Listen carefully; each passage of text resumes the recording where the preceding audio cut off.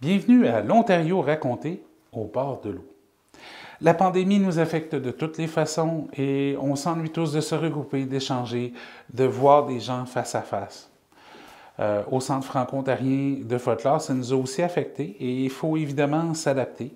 Mais il y a peut-être un bon côté dans tout ça. Ce vidéo a été réalisé dans le cadre du festival Les Vieux-Mont-Comté. Cette année, le thème du festival était Les Vieux-Mont-Comté au bord de l'eau. Alors, ce qu'on a fait, c'est qu'on a demandé à à vrai dire, on a demandé à tous les conteurs de notre réseau s'ils pouvaient nous présenter un conte de leur région au bord de l'eau. Alors, on a 5 conteurs qui ont répondu à l'appel. On a Daniel et Joël Lauzon de la région de Hearst. On a Joël Roy de La Fontaine, Jenny Laguerre de Toronto et Claude Garneau de la région d'Orléans. Toutes ces personnes ont répondu à l'appel. Donc, je vous invite donc maintenant à vous asseoir confortablement, seul, avec la famille ou des amis, et écouter ces magnifiques contes. Et aussi, à la fin, encourager nos commanditaires et partenaires qui nous appuient dans ce beau projet. Notez que cette vidéo ne sera disponible que seulement jusqu'à la fin du festival, donc passez le mot, s'il vous plaît. Et on commence donc ce tour d'horizon de contes franco-ontariens avec un conte de Joël Lauzon de Hearst, qui nous donne la recette de la soupe à la garnotte. Me va vous conter une histoire. C'est une histoire de Tijan.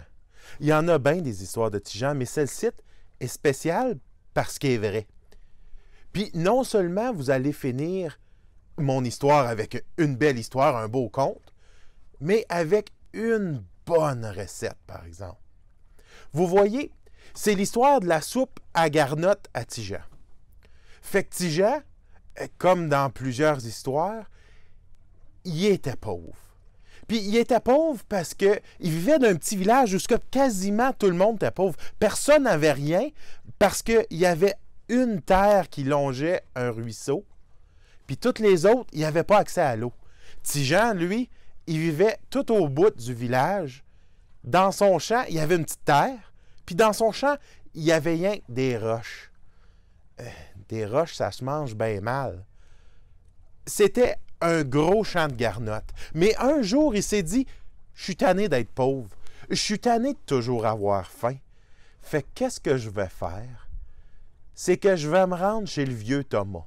Le vieux Thomas, c'est lui qui était direct sur le bord de l'eau. Mais le vieux Thomas, je ne sais pas s'il était rusé ou il aimait juste faire assemblant, mais il faisait assemblant d'être pauvre comme toutes les autres. Il portait des guenilles, il disait qu'il n'avait jamais d'argent, il refusait de payer le monde pour leur travail. Mais pourtant, c'est lui qui était sur le bord de l'eau. Il y avait plein de choses à faire pousser. Il y avait des fruits et des légumes en abondance.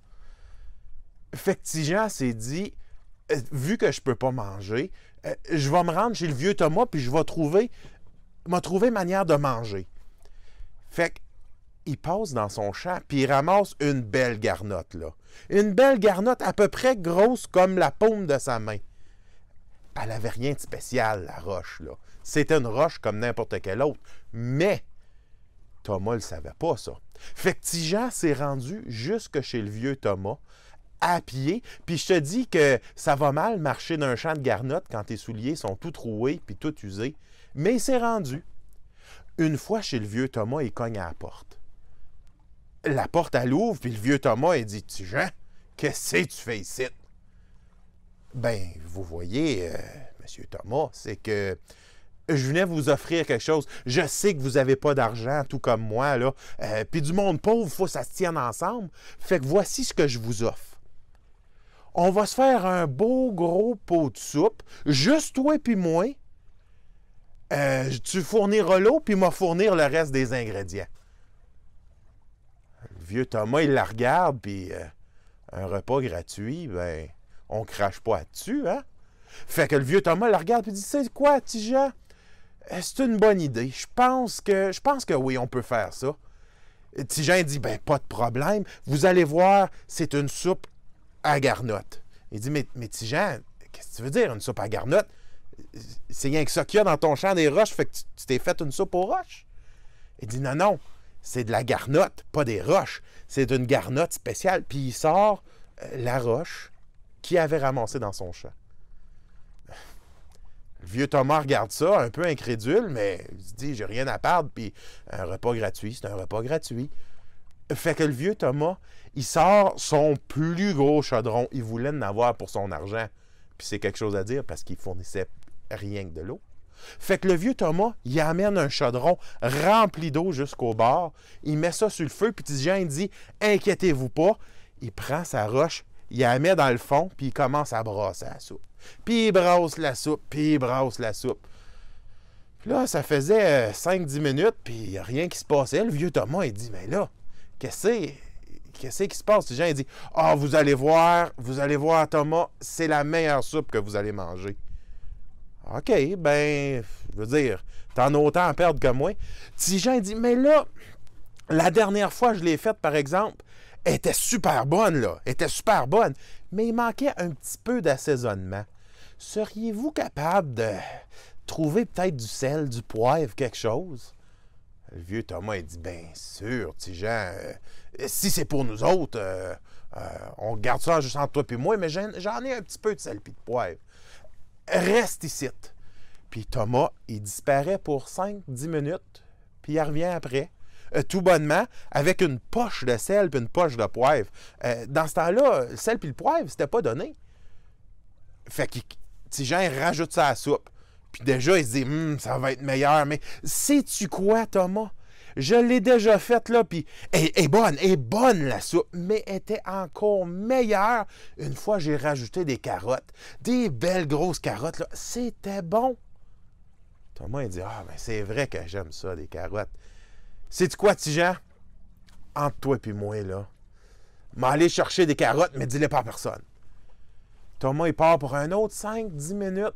Il revient après, puis Tigeant, il coupe ça, rajoute ça à la soupe. Ça commençait à sentir pas si pire, sais-tu quoi?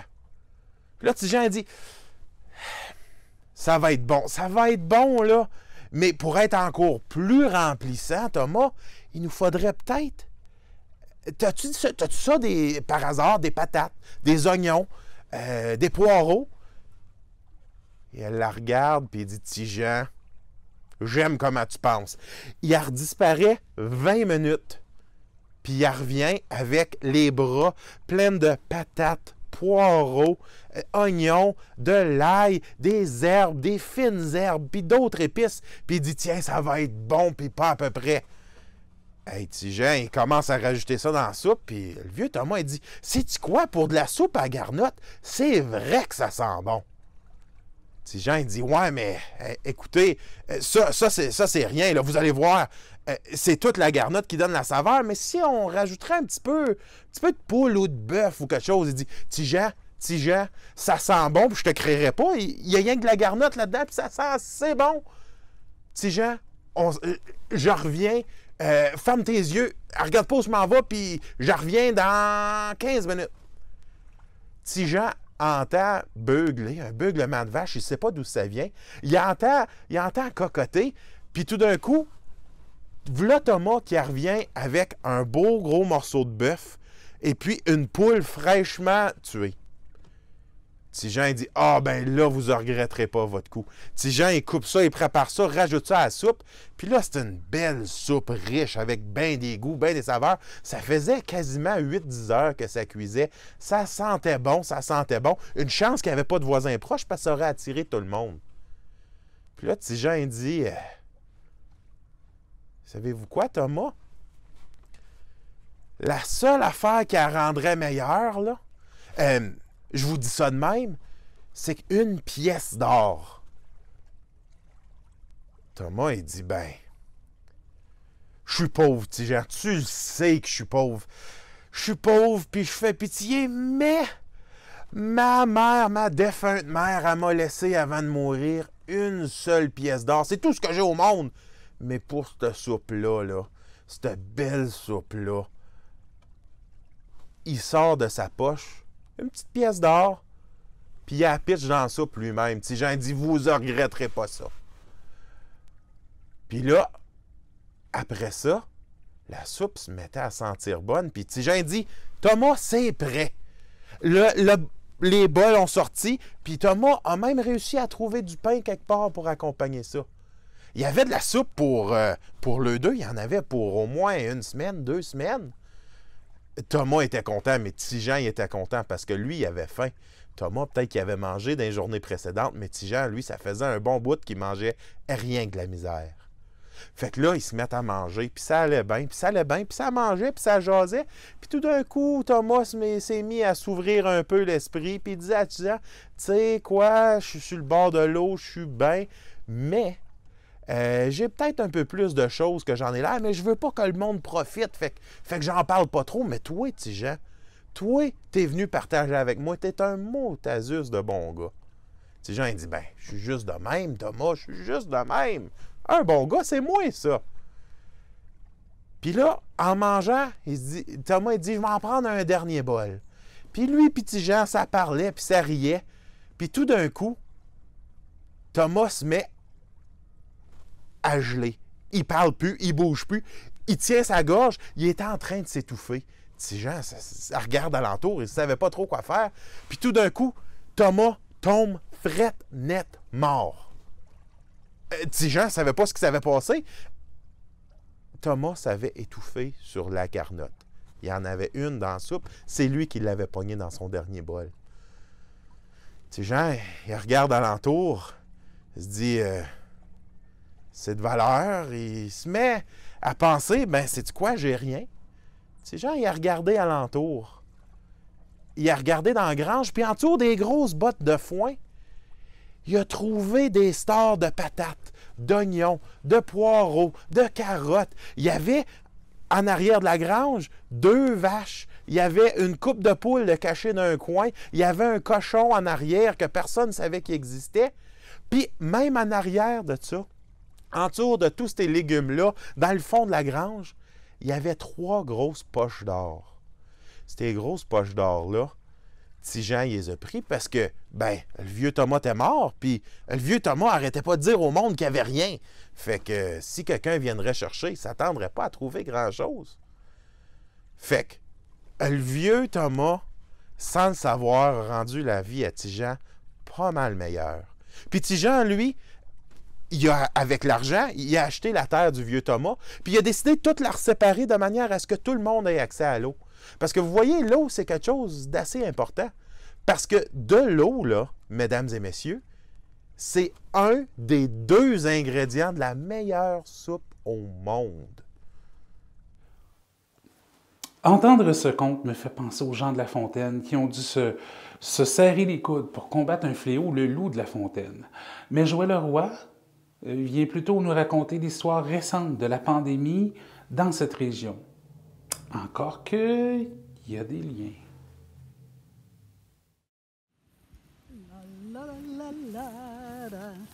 Salut tout le monde! Bienvenue à La Fontaine. Alors, l'histoire que je m'apprête à vous raconter, c'est une histoire qui s'écrit encore au moment où on se jase. C'est La Fontaine en temps de pandémie. Une histoire qui n'a pas de fin, là, si vous me demandez, mais bon, on s'entend que je vais vous raconter le premier chapitre. Alors, quand ça nous a frappé au mois de mars, à La Fontaine comme partout ailleurs, hein, et ça a frappé dur, parce que c'était la semaine avant la relâche, les vacances. Alors, tout de suite, on a eu peur à nos réservations. Est-ce qu'ils vont nous rembourser? Aussi, on s'est demandé, est-ce qu'on part quand même? Puis si on part, est-ce qu'on va être capable de revenir? Parce que là, on parle de fermer les frontières. Fait que là, tu sais, la panique a fait boule de neige. Et mine de rien, la peur s'installe. On a peur de manquer de manger. Pire que ça, on a peur de manquer de papier de toilette. Catastrophe! Fin du monde! Oui! Puis surtout que là, avec le confinement, tout le monde est à la maison tout le temps. Alors, tu sais, ça floche souvent, hein? Bon. Alors, c'est pendant des événements comme ça que les automatismes là, kick in. T'sais. Puis à La Fontaine, devant l'adversité, il y a quand même une histoire, il y a quand même de l'historique. Là. Regardez par exemple la légende du loup de La Fontaine. Ah, vous la connaissez pas peut-être? Bon, vite fait. C'est l'histoire d'un loup qui terrorise tout le village, tout La Fontaine, les environs pendant des mois, des mois. Là, à bout de patience, à bout de moyens, à bout de peur, on rassemble tout le monde. Là, on parle des Anglais, des Français, des Métis, des Premières Nations, tout du beau monde, mais qui s'aiment pas bien, comme pas pantoute. Mais devant un problème commun, on met nos forces ensemble. Alors, c'est sûr que la COVID-19 va raviver là, cette coutume. Et sans convocation, sans invitation spéciale, sans Facebook, sans Twitter, ben du monde se retrouve le samedi matin au LA Café. Puis là, ça jase, puis ça l'échange des histoires, des idées. On cherche en fait des stratégies, tu sais, pour s'aider, pour faire face à ça. Alors Jerry, qui est un leader dans notre communauté, lui, il saute sa craie, il efface le menu, il écrit les idées. Bien, en fait, il n'y avait pas tant d'idées que ça qui revenaient. Ce qui revenait constamment, c'était la peur de manquer de papier de toilette. Bon, alors, on nomme une trentaine de personnes qui, tous les matins, vont aller dans tous les magasins, à peu près 100 km à la ronde, puis ils vont acheter tout le papier de toilette qui est permis. Ça a l'air de rien, hein? Mais en dedans de quelques temps, on emplit une pleine grange. Une pleine grange, là, bien pleine. Voilà. Alors, les jours passent, les semaines passent. Là, 5-6 semaines plus tard, c'est plus ordinaire, c'est plus régulier dans les magasins. Les prix ont rebaissé et puis il en manque plus, là, tu sais. Donc, on commence à se demander, là, tu sais, peut-être qu'on a capoté un peu vite, peut-être qu'on va rester pris avec tout ça. Mais là, c'est plus le temps de convoquer les gens, de jaser. C'est plus le temps de raisonner. Il n'y en a plus de raisonnement. Rendu à ce point-là, c'est la peur qui mène. Bon. Fait que tu sais, notre Jerry de la craie, là, lui, il ne dit pas un mot à personne. Mais il commence à prendre des paquets de rouleaux dans la grange, puis aller les revendre l'autre bord. L'autre bord, ça, c'est Collingwood. Alors, puis je vous dis revendre, mais vraiment, c'est échanger. Il s'est trouvé un grossiste à Collingwood pour qui il échange des paquets de rouleaux contre du canage, parce que là, le prix du panier d'épicerie commence à grimper. Puis, il échange aussi contre du grainage, parce que là, on est rendu le printemps, et puis il y a de plus en plus de gens qui pensent à jardiner, puis il y a rumeur qu'on pourrait en manquer. Puis, je joue safe. Tu sais, il va avec de la graine d'oignon, de radis, de laitue, la base. Pas un mot sur la game. Mais à la fin d'avril, juste après Pâques, là, il arrive l'événement qui a changé La Fontaine à tout jamais. Il s'élève une tempête de vent, là, mais du vent, là, comme on n'a jamais vu. Un vent, on aurait dit qu'il venait là, du milieu de la terre, tu sais. Puis pas avec de la neige, pas avec de la pluie, là, juste du vent. On aurait dit que ce vent-là avait agrippé la Huronie, puis qui shake and bake là, par les pattes, tu sais. Puis ça a duré pendant 3 jours, 3 nuits, 3 heures et 3 quarts. Complètement, là, envahi, complètement paralysé. Parce que là, il y avait des branches là, partout. Quand c'était pas des arbres complets qui étaient tombés. Hein? Alors, l'Internet, l'électricité, ça va, ça vient. Faut dire que rendu à ce temps-là, les gens avaient vraiment bien garni leur garde-manger, comme si on attendait l'an 2000. Alors, personne n'a manqué de rien, tu sais. Mais quand cet apocalypse a fini par finir, là, on a ramassé, on a réparé, on a déterré, tu sais, on a poussé, on a tiré, on a cherché pour des affaires qui s'étaient envolées, tu sais, ici, puis là. Les gens qui avaient des quais, c'est pas drôle, là, les gens qui avaient des quais en ont plus. Les gens qui n'avaient pas de quai, tout d'un coup, ils en ont un, puis deux, tu sais. Fait que c'est au cours de ce grand barda-là que le miracle est apparu. Chaque cour de La Fontaine avait un petit jardin. Puis je dis petit, là, pas si petit que ça, là. 8-10 par 12 peut-être, hein? Le plus étonnant, c'est que chaque petit jardin avait levé déjà. Il y avait des bouts de plantes, là, de plants d'oignons, de radis, de laitue. Chaque cour. Puis quand il n'y avait pas de place dans le cours, c'était soit sur un coin de galerie, il y en avait même sur le toit. Incroyable. Alors notre Jerry, là, quand il a vu ce qui était levé d'un cours, là, lui, il a tout de suite couru à la grange pour voir, tu sais. Bon, alors d'abord, le pan nord, pst, il est parti. Il n'y en a plus. Le pan ouest, à moitié gone. Mais la grange, le contenu, vide. Complètement vide. Là. Il n'y en a plus. Il n'y a pas un seul rouleau de reste. Il ne reste absolument rien. Bon.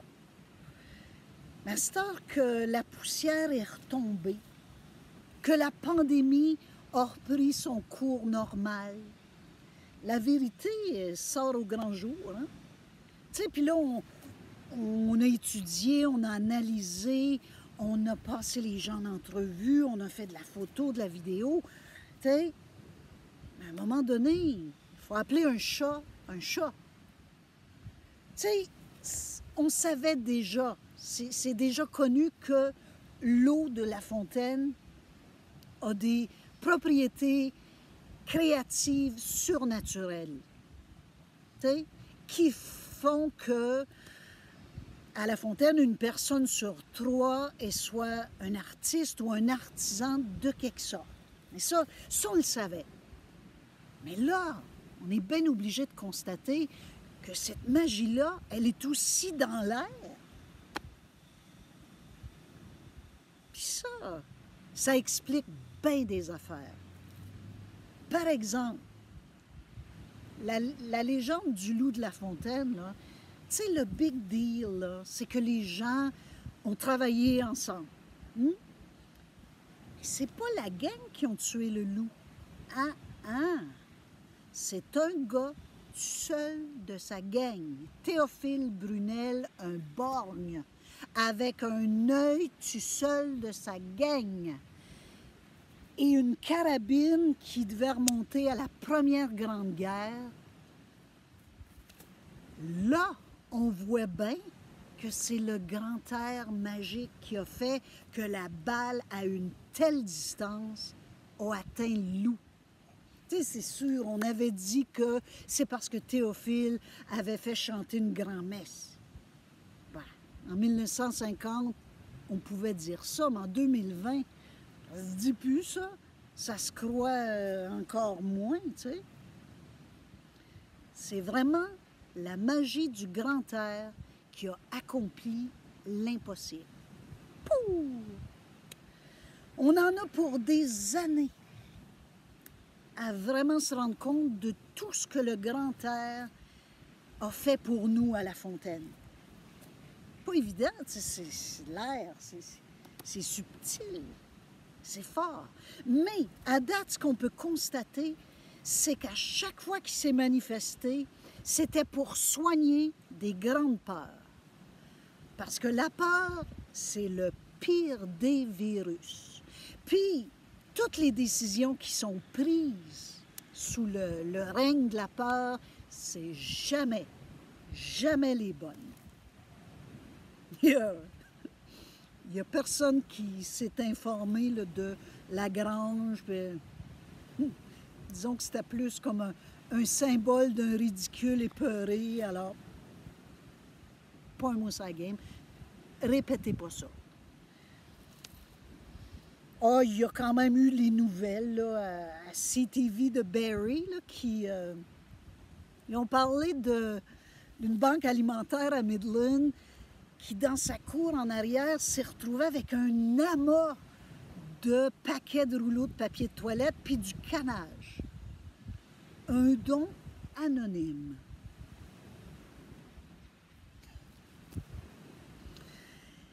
Mais depuis ce temps-là, hein, La Fontaine, c'est le village qui a le plus de jardins par capita au Canada. Puis la peur, elle se couche de bonheur. Hey! Salut, à la prochaine. Bye.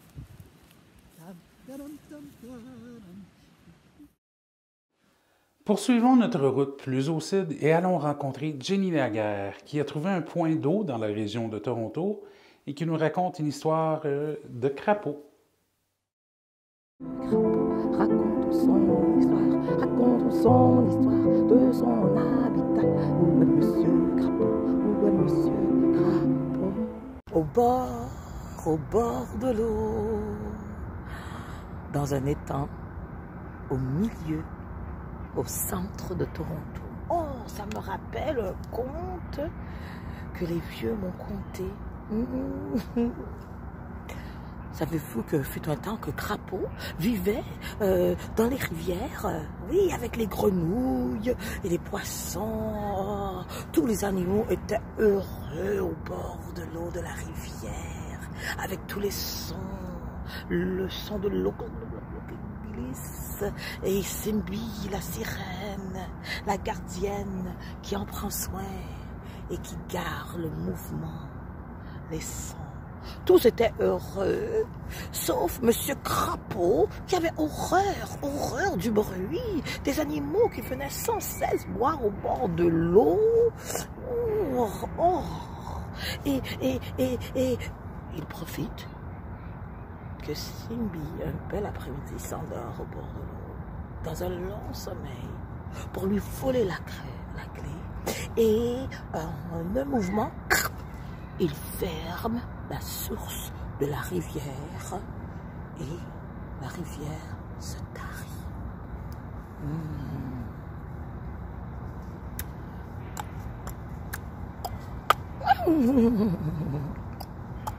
Monsieur Cheval vient pour boire de l'eau. Il a tout couru beaucoup et oh, toc toc toc. Il frappe sur la porte de Simbi. Et Crapaud lui répond, qu'est-ce qu'il y a? Qui est là? C'est moi, le cheval. Je suis venu de bord de l'eau. Oh, monsieur Cheval, je suis désolé. La rivière est tarie. Il n'y a plus d'eau. Il n'y a plus d'eau, dit le cheval. Il repart la tête basse. Tête basse, il le regarde partir. Crapaud est bien heureux. Il se remet en place pour le silence. Et tout d'un coup, il entend cocorico, cocorico, cocorico. C'est le Monsieur le coq qui est venu se rendre bon au bord de la rivière et se rassasir un peu. Et cocorico, toc toc. Il frappe à la porte de Simbi et encore c'est Crapaud qui répond. Qui est là? C'est moi, Cocorico. Monsieur le coq, je suis venu boire un peu d'eau. Mais, oh, je suis désolé, monsieur Crapaud. Crapaud, vous ne voyez pas, dit Monsieur Crapaud. Vous ne vous voyez pas, Monsieur Coq, que la rivière est tarie. Il n'y a pas d'eau. Cocorico. Il n'y a pas d'eau. Chante tristement Monsieur le Coq et s'en va. Cocorico. La tête basse. Oh, Crapaud est comme... On retourne au silence. Il s'endort au bord de l'eau. Et là, on entend au loin. C'est Madame Pigeon qui s'en vient avec Monsieur Pigeon qui l'étourdit, qui n'arrête pas de tourner autour d'eux. Ils ont hâte d'arriver à la rivière. De boire un peu d'eau. Qu'est-ce qui se passe? Il frappe à la porte. Toc, toc, toc. À la porte de Simbi et qui leur répond, oui, tu as raison, encore Monsieur Corbeau. Et comment il se tient? Oh, qui est là? C'est moi, Madame Pigeon et Monsieur Pigeon, nous sommes venus boire de l'eau. Oh, je suis désolé. La rivière est tarie, Madame et Monsieur Pigeon. Il n'y a plus d'eau, désolé. Il n'y a plus d'eau. Il n'y a plus d'eau. Dit tristement Madame Pigeon. Oh, et tous les deux, ils repartent, la tête basse. Tous ces animaux finissent par ne plus revenir. Et la rivière demeure tranquille pour longtemps. Monsieur Crapaud se sent bien dans le silence, au soleil. La rivière sèche. Il n'y a plus d'eau. Même les roches sont sèches au soleil. Et non plus les eaux, ni les poissons pour les visiter. Simbi dort longtemps, mais finalement elle se réveille et à sa surprise, hein? Il n'y a plus d'eau, il n'y a pas de bruit, il n'y a pas le chant de l'eau. Une fleur lui dit, c'est Monsieur Crapaud qui a volé la clé et l'a fermée. C'est pour ça qu'il n'y a plus, d'eau, il n'y a plus d'animaux, il n'y a plus de chant. Simbi, douce comme elle est, elle ordonna fermement à Monsieur Crapaud, remets-moi la clé. Monsieur Crapaud lui remet la clé et d'un mouvement, boum, Simbi ouvre la source de la rivière et l'eau jaillit. Oh, les fleurs sont heureuses. Toute la forêt est heureuse car les animaux reviennent au bord de l'eau. Simbi pardonna Monsieur Crapaud.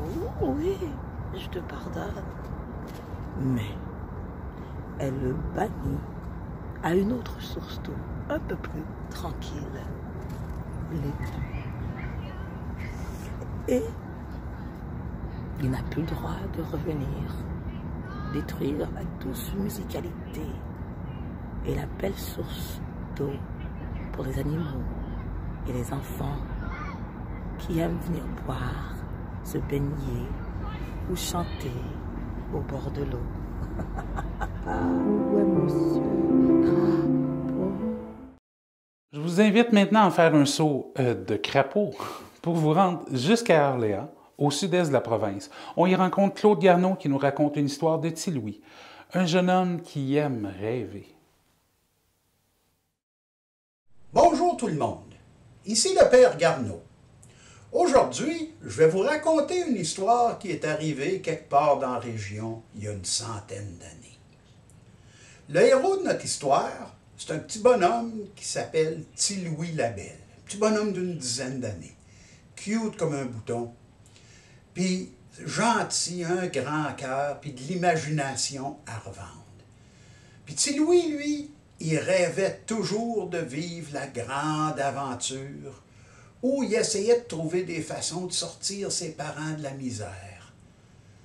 Puis ces aventures, ou ces plans, ça finissait presque toujours, pas presque, ça finissait toujours en catastrophe. Puis c'est pas mal toujours son pauvre vieux père Anastas là, qui payait le prix. Fait que petit Louis, lui, il vient de lire un livre qui s'appelle « Les aventures de Huckleberry Finn » par le célèbre auteur américain Mark Twain. Puis là, lui, il rêve de vivre la grande aventure en naviguant sur les flots de la rivière Kishipisitu. Fait que, on se retrouve un bon samedi matin, tard au printemps. La famille Labelle est après déjeuner autour de la table, quand petit Louis demande à son père, il dit « Papa, il dit, samedi prochain, Hube et puis moi, Hube, ça c'était Hubal Gendron, son meilleur ami. Il dit, Hube et puis moi, on peut-tu user un de tes godans d'or? » Pour ceux qui ne connaissent pas ça, les godans d'or, c'est les grands scies avec une poignée à chaque bout. Là. On dit que deux bûcheux, là, bien habitués, là, avec un godan d'or bien affilé, c'est aussi vite qu'une scie à chaîne. Fait qu'il dit, Dad, Hube, puis moi, on peut-tu servir d'un de tes godans d'or? Non! Pas question, non, au grand non, jamais, non. Mais pas, c'est juste que on aimerait se bâtir un beau radeau là, pour aller partir explorer la rivière. Non, vous allez vous jeter un arbre sur la tête ou vous couper au 3e degré ou quelque affaire de même, non, pas question.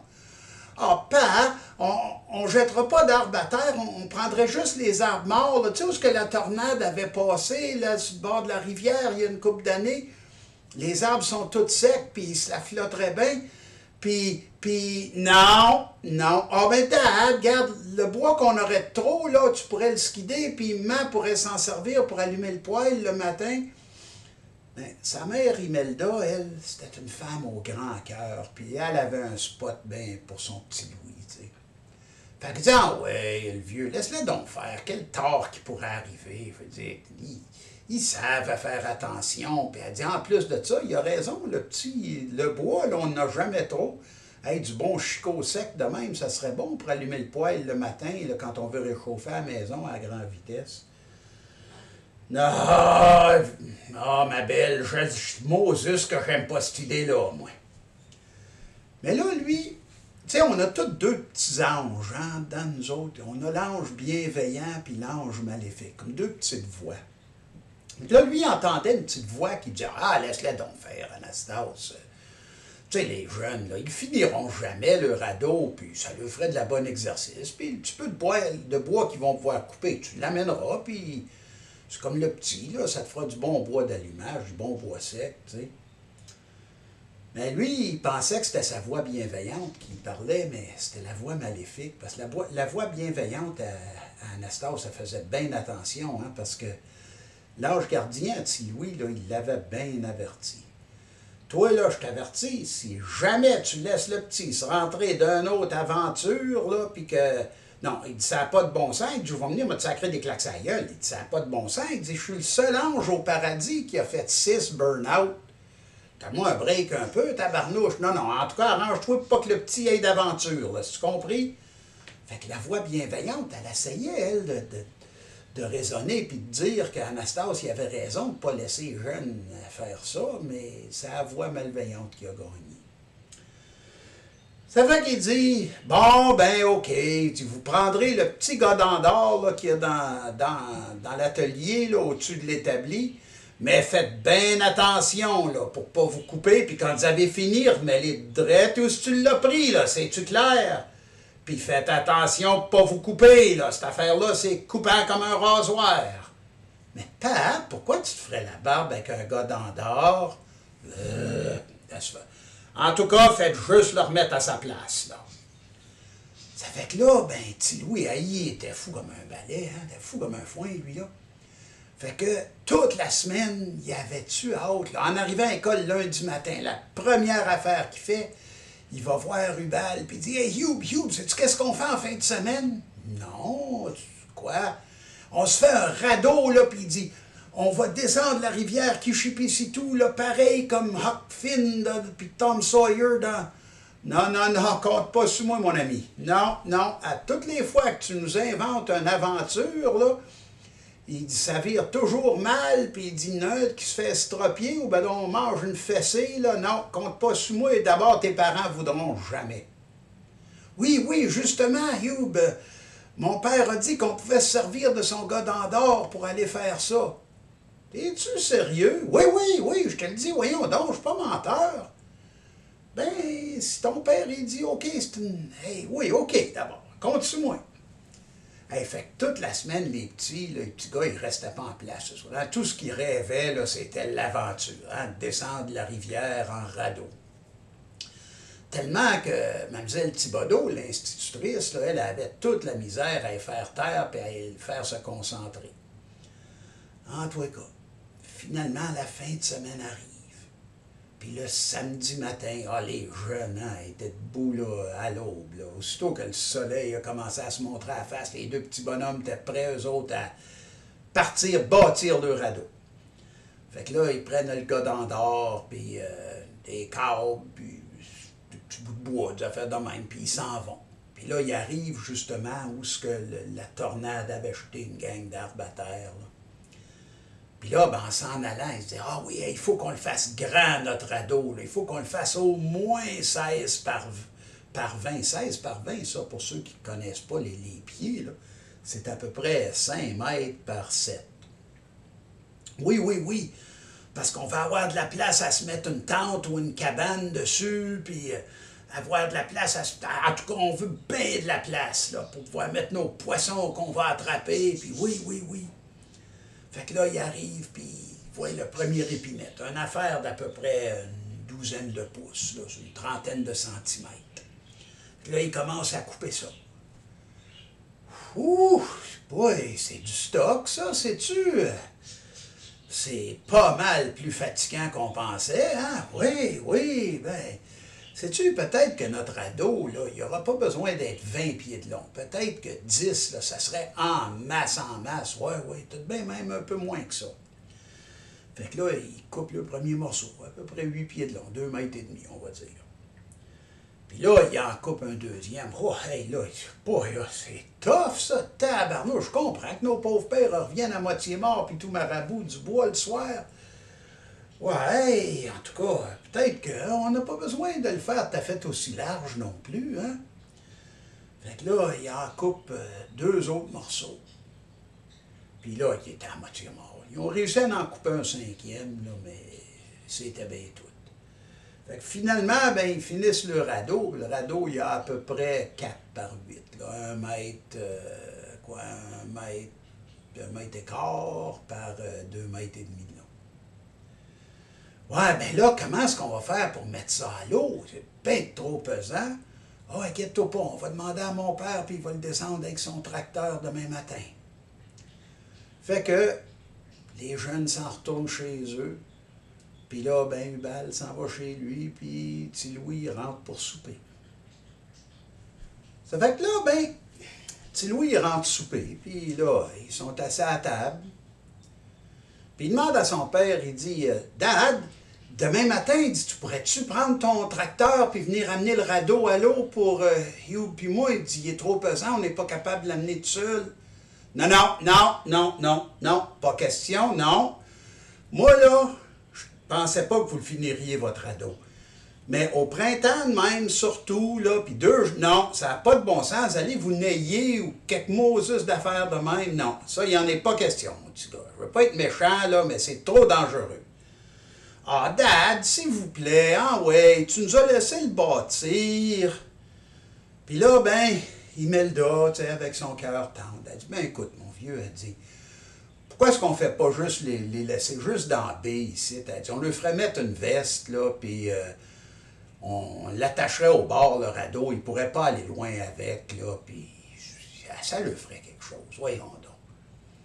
Non, non, non, non, écoute, ils vont se nailler, Dieu seul sait quelle sorte de malheur va leur arriver. Non, on ne peut pas. Mais encore, vous savez, les deux petites voix, là, il y en a une qui dit, ah ouais, laisse-les donc faire, Anastas, voyons donc, tu sais que Ben, attaché au bord, lâche-le pas le long de slack, là, puis avec le veste, il n'y aura pas de danger. Laisse-le donc faire. Ah, fait qu'Anastas, il se laisse gagner. Bon, ben, OK. Mais il dit, je vous le dis tout de suite, là. Vous mettez vos vestes, vous les enlevez pas une seconde. Sans ça, là, ça s'en va dans le feu, ça, cette affaire-là de radeau, là. Puis il dit, à part de ça, vous allez être attaché au bord, tout le temps.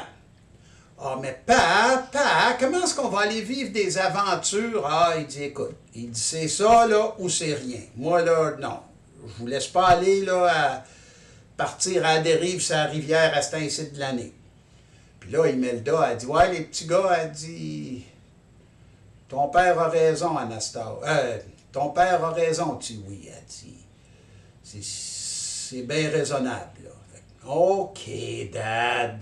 Fait que le lendemain matin, ben Anastasia il part avec le tracteur puis un bon bout de câble, puis il y avait des inquiétudes, mais en tout cas.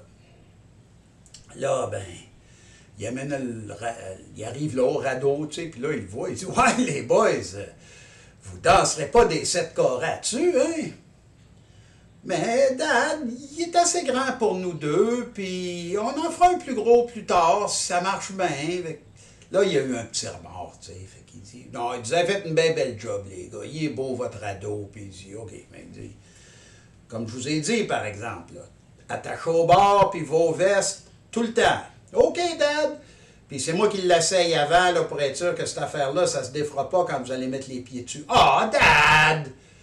Non, les petits gars, moi, je vais être 5 minutes. Ah, tu iras pas à pêche avec? Non, je vous le dis, là, on va être 5 minutes dessus. Aussitôt qu'on va être certain qu'il est sécuritaire, votre affaire, je vous le laisse. OK, Dad. Fait que là, ils prennent le radeau, puis ils poussent à l'eau avec le tracteur. Puis là, il avait piqué un gros clou dans le bio du milieu, puis il avait attaché le câble à un bout, puis il dit à Ti-Louis, il dit, va l'attacher à l'autre bout, là, après la souche qu'il y a là-bas, là. OK, Dad. Fait que là, Ti-Louis va l'attacher. Puis là, avez-vous une rame pour cette affaire-là? Ben, Ti-Louis, il dit, dit, dans le livre, eux autres, ils prennent une grande pôle, là, puis ils poussent le radeau. Bon, ben, as-tu une pôle? Oui, papa, j'en ai une. Fait que là, Ti-Louis, il arrive avec une grande pôle en trembe.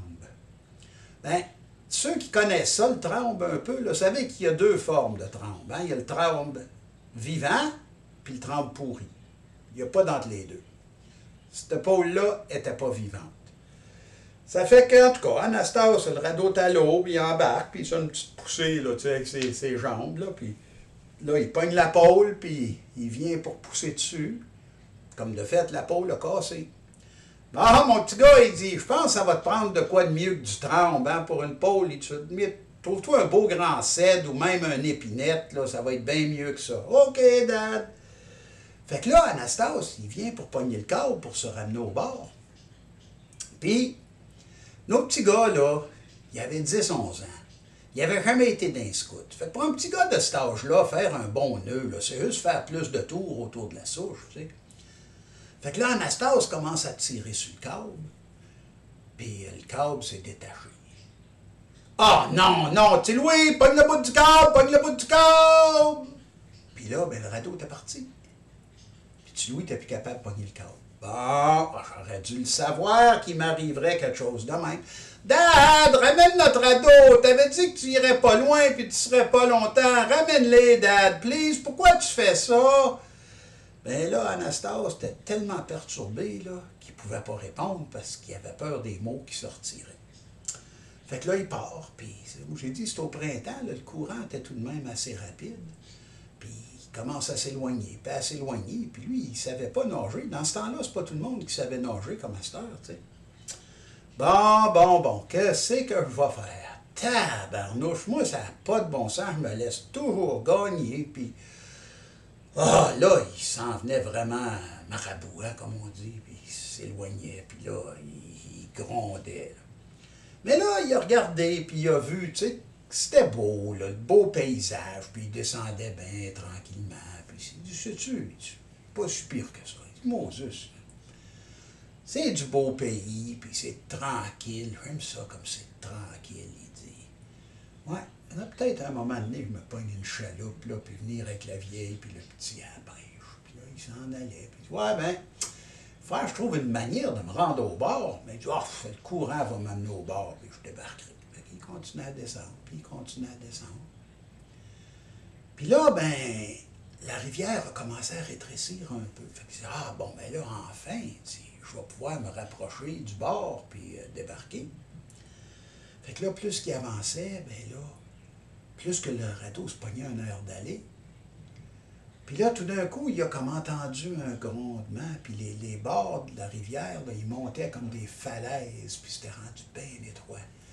Puis là, il a entendu le grondement. Si ça n'avait pas été du grondement, il aurait pu entendre rire le diable en arrière du radeau, tu sais. Ah, non, non, non, non, pas les rapides attaches ton casse. Ah, non, ça n'a pas de bon sens, qu'est-ce que je vais faire? Non, non, non, Seigneur! Et puis là, le radeau se pognait un air d'aller. Ça roulait à la planche, puis il n'était pas question de se rendre au bord. C'était des falaises de tous les bords. Il descendait à toute allure, puis là, paf, il frappe un rocher. Le radeau se brise en deux morceaux. Là, Anastase dans l'eau glacée, il s'agrippe après deux des billots, puis il continue à descendre, puis descend, puis ah, là, il disait, « Seigneur, si vous me laissez sortir d'ici vivant, je vous promets que je sacrerai plus jamais, puis je manquerai jamais à la messe, là, à moins que ça soit quelque chose, une impossibilité de me rendre. Là. Oh non, Seigneur, s'il vous plaît. » Puis là, juste comme de fait, il est arrivé dans une petite éclaircie, comme la rivière était rendue un petit spot un peu plus large, là. Puis l'eau s'est calmée. Puis là, il dit, « Ah, merci Seigneur. Ouf, là, il faut absolument me trouver une manière de me rendre au bord. » Là, juste comme il a dit ça, il s'est aperçu qu'il ne voyait plus l'eau en avant. Puis, il y avait comme de la brume qui montait. Non, non, non, non, pas les chutes à tasse ton casse. Oh non, je suis mort, ça n'a pas de bon sens. Non, Seigneur! Hey, il saute la chute, toi. Rendu en bas, il se pensait mort. Il était sûr qu'il était mort. Mais non, il n'était pas mort. Il était gelé, il était magané, mais il n'était pas mort. Puis là, ben, l'eau était rendue bien tranquille. Le courant était bien tranquille, rendu l'autre bord de la chute, là. Fait que, il réussit à se rendre au bord. Puis il sort de l'eau. Puis il se check. Il a perdu la moitié de son linge. Puis il était graffiné, coupaillé un peu partout. Des pocs qui s'étaient là, là. Ça allait tout virer au bleu, ça. Mais, au moins, il était encore en vie. Ça fait qu'Anastase, ben, il réussit à sortir de l'eau, tu sais, puis... Une chance aussi, il était débarqué sur le bon bord de la rivière. Fait que là, il dit, bon, ben, il faut que je m'en retourne vers chez nous tranquillement, là. Tu sais, il ne savait pas, mais il avait fait 12 000. Ça, c'est à peu près 16-18 km, disons. Fait que là, il arrive un petit sentier qui s'en retournait vers chez eux. Puis il est retourné chez eux, puis il n'y a pas eu de trop d'aventures. Il faut dire, ben, si on ne compte pas le taureau du bonhomme Lacasse, hey, ça, c'est une bête épouvantable. Là, pèse une tonne, là. Mauvais, mauvais. Mais Anastase a réussi à courir plus vite que le taureau. Oui, oui. Ben, quasiment tout le long. Il se fait cornoyer un petit peu, mais il a réussi. Il n'y a pas eu de vrai problème. L'allée qui saute la clôture de Barbelé, ça a été un peu moins bien. Là, puis il a laissé une bonne partie de son linge là aussi. Là. Puis après ça, ben aussi, il y a la meute de chiens de la vieille veuve Breton, là, elle, ben, il y en a qui disent que c'est pas des chiens, c'est des loups, mais moi, je sais pour un fait que c'était pas des loups. Des loups, ça vient pas gros de même, puis c'est pas mauvais comme ça. En tout cas, mais c'est encore pareil, Anastase, il a réussi à courir plus vite que les chiens, ben, presque tout le temps. Tu sais, quelques petites mordées ses fesses, là, puis un peu de fond de pantalon qui est parti, mais...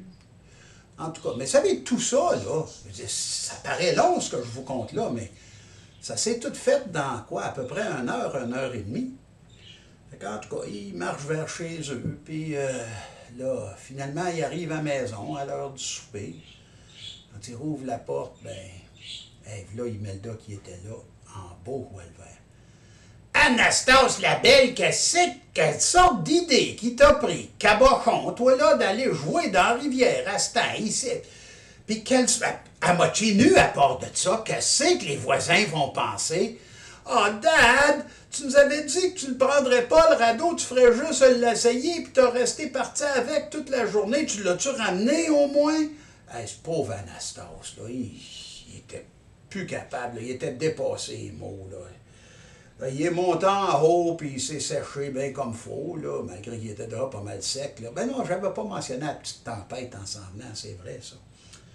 Puis là, il s'est mis du linge sec, puis il est descendu. Puis là, ben, Imelda et Anastasse, ils ont bien vu qu'il n'était pas d'une humeur à jaser trop. Ça fait que... ils ont soupé pas mal en silence, là. Puis après le souper, ben, après le chapelet, là, Anastasse est monté se coucher, puis il n'en a pas reparlé. Ben, c'est parce qu'il avait promis de plus jamais sacrer, puis il n'aurait pas pu compter son aventure sans lâcher une coupe de sac, là, tu sais. Fait qu'en tout cas... il est monté se coucher, puis là, ben, petit Louis, lui, il est monté se coucher aussi, puis il était un peu déçu, mais tu sais, pour un petit gars de cet âge-là, ça dure pas longtemps. Fait qu'en entre-temps, ben, il a commencé à lire un nouveau livre, là, par Jules Verne, De la Terre à la Lune, puis là, il s'est endormi en rêvant de sa prochaine grande aventure. Fait qu'en tous les cas, ben, c'est de même qu'a fini notre histoire, puis c'est le père Garneau qui vous dit... à la revoyure, puis prenez soin de vous. Après avoir entendu parler de Petit Louis, on retourne à Hearst pour y rencontrer Daniel Ozon, qui va nous parler de Tijan. Un Tijan qui aime bien sa bouteille et qui joue un vilain tour au diable. Salut, j'espère que vous allez bien. Ce soir ou aujourd'hui, je vais vous faire un conte de Tijan. Parce que vous savez, Tijan, c'est le héros des Canadiens français, puis il y a toujours les meilleures histoires. Donc, je vous fais ça ici, dans mon coin de pays, même s'il mouille parce que, je sais pas si vous voyez comment c'est beau, là, mais c'est magique. Donc, Tijan était à la taverne avec ses deux frères, un cordonnier, puis un forgeron. Donc, Tijan, il est assis, puis... oh! Je suis tannée d'être comme pauvre, là, comme... oh! Les deux frères sont comme... mais comment tu peux être tanné d'être pauvre? Si t'es pauvre, c'est tout, là. Non. À soir, je décide que je veux être riche. Les deux frères sont comme... tu peux pas juste choisir d'être riche. Oui, je peux choisir d'être riche. Les deux frères, ah oui. Puis comment tu vas faire ça? Ben, j'ai mon idée. J'ai entendu parler d'une manière qu'on peut devenir riche instantanément. Les deux frères intrigués se disent « ah ouais? Puis comment tu penses faire ça? » Ben, c'est bien simple. On a juste à demander au diable. Non. On demande pas au diable, là. Voyons, les deux frères outrés étaient pas capable de penser qu'il pourrait aller demander au diable. Tu dis, oui, on va lui demander, puis c'est tout. Là, à force de boire toute la soirée, les deux frères finissent par dire, ben, on va checker. Tijan dit, rejoignez-moi à la croisée des 4 chemins. Vous voyez, la croisée des 4 chemins, il y a ça dans pas mal tous les villages. Ici, il est juste un petit peu par là. C'est pour ça que je ne voulais pas être trop proche. Mais ici, c'est parfait parce que je ne prends pas de risque. Tijan arrive à la croisée des 4 chemins. Donc, un pointe exactement vers le nord, une entrée pointe vers le sud, une entrée vers l'est, puis une entrée vers l'ouest. Puis tu te places direct au milieu. Je ne vous conseille pas d'essayer ça à la maison. Vous risquez d'avoir des surprises. Tu te places direct au milieu. Puis tu dis le nom du diable 3 fois. Fait que là, les deux frères à Tijan se rencontrent avec Tijan à la croisée des 4 chemins. Puis ils regardent Tijan. Puis c'est encore chaudasse. Fait qu'ils regardent Tijan qui commence à réciter le diable. Le diable. Les deux frères à Tijan commencent à avoir peur et à trembler. Ah ben, la terre se met à trembler, à craquer, à ouvrir du souffle qui sort, la boucane. Un monsieur qui sort en robe de chambre puis qui dit « Qu'est-ce que tu veux, Tijan? » Et là, Tijan, le diable, j'aimerais ça faire une deal avec toi. Le diable change de ton. une deal? Quel genre de deal? Tijan, il est comme, ben, tu vois, moi et mes frères, on aimerait ça devenir riches. D'accord. Oui, c'est très faisable. Puis, qu'est-ce que tu penses et considères être riche? Tijan, vous voyez, il est assez futé. Hein? Fait qu'il prend son chapeau, il tourne et dit « Mon chapeau rempli d'or. » Le diable, il part à rire, il est comme « Pas de problème, Tijan. Je vais te remplir ça, mais à une condition. Dans 1 an et 1 jour, je vais revenir. Puis dans 1 an et 1 jour, un de vous 3, vous devez me faire faire une tâche que je ne suis pas capable d'accomplir. Sinon, je vous amène en enfer avec moi. » Il repense à ses affaires. OK!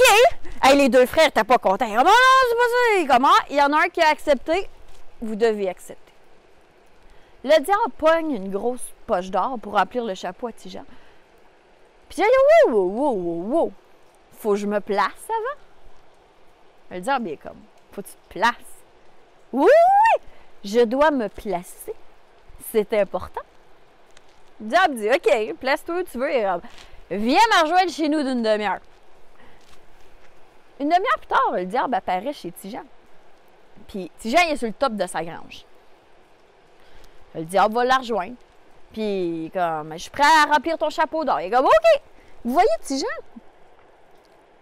Tijan, il est peut-être sous pas mal tout le temps, mais il est pas fou. Fait qu'il prend son chapeau, il le flippe à l'envers, il un trou dans le fond de sa grange, puis il met son chapeau direct en haut de la grange, puis il dit « Remplis mon chapeau! » Hey, le diable, pas très content, commence à remplir le chapeau. Hey, ça l'a pris des heures à remplir le chapeau.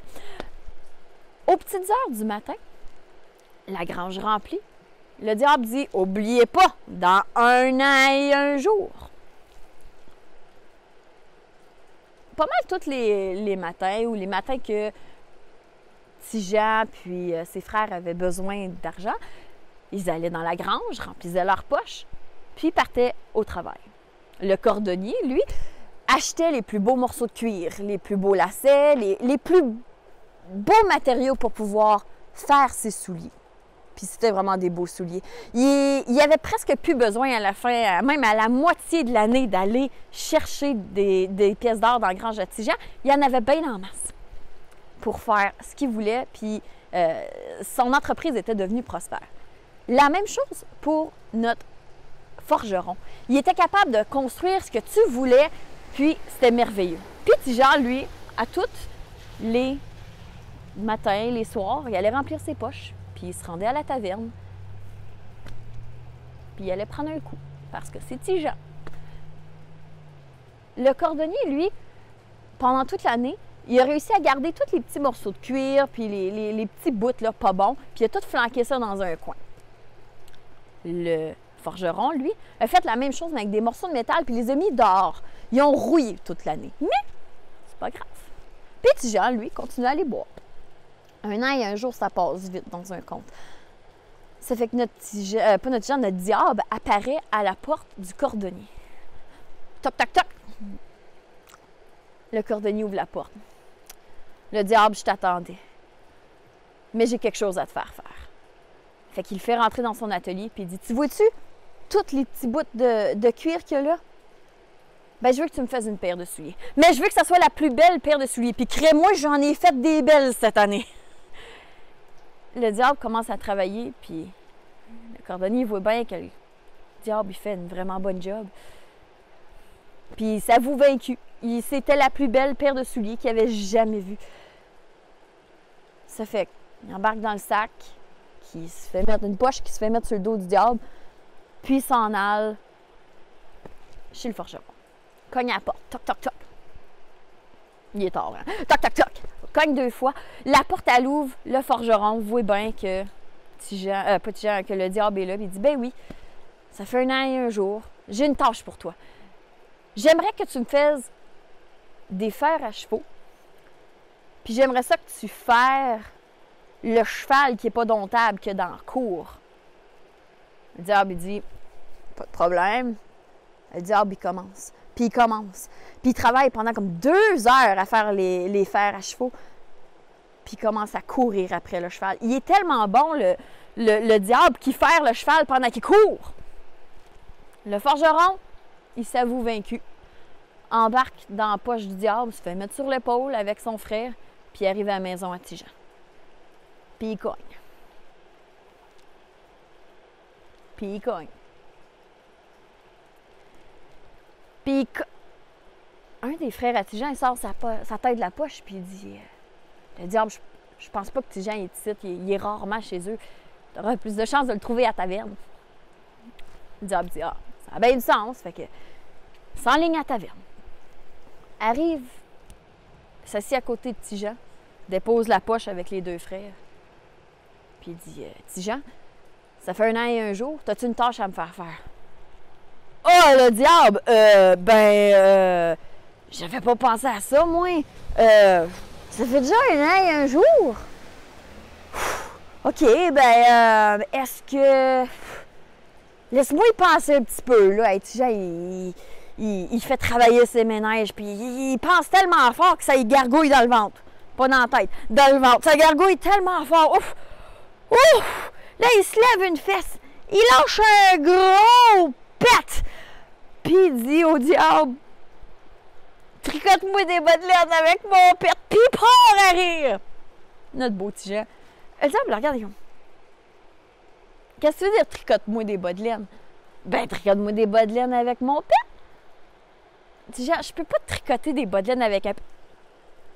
Es-tu en train de me dire que tu ne peux pas tricoter des bas de laine avec mon pet? C'est une tâche que tu n'es pas capable d'accomplir. Le diable doit s'avouer vaincu. Puis depuis ce temps-là, le diable n'est jamais retourné voir Tigean parce qu'il avait réussi à le truquer. Mais je vous avertis, essayez pas ça à la maison.